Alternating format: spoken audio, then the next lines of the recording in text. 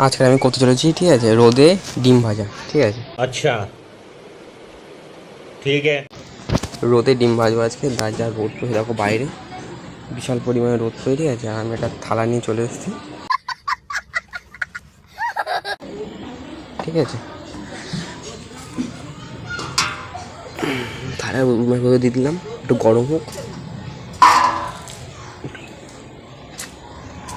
একটু গরম হওয়ার পর ডিমটা দেবো, দেখবো কী হয়। আরে এরা কারা? দেখতে পাচ্ছি আমি সাদা তেল নিয়ে এসেছি, সাদা তেল, তেলের বোতল।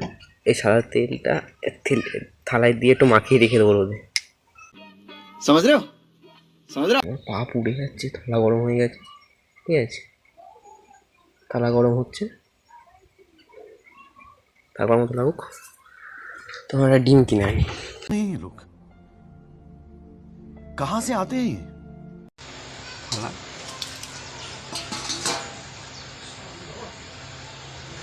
খুব গরম, বিশাল গরম হচ্ছে।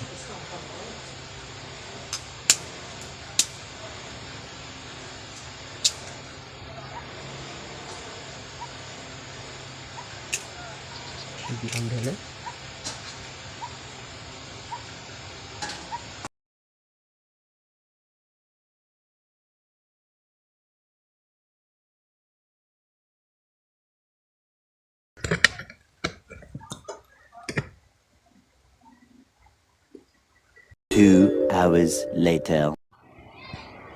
সবাই বলছে নাকি রোদে নাকি ডিম ভাজা হয়। আমি 2 ঘন্টা পর থালায় থালায় ডিম দিকেই থালা ডিমের অবস্থা এই অবস্থা।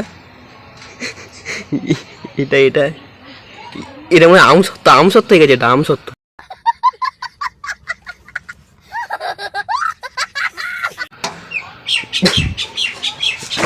ও আমসত্ব হয়ে গেছে, এটা আমসত্ব। क्या देखना पड़ रहा है? अच्छा है मैं अंधा हूँ।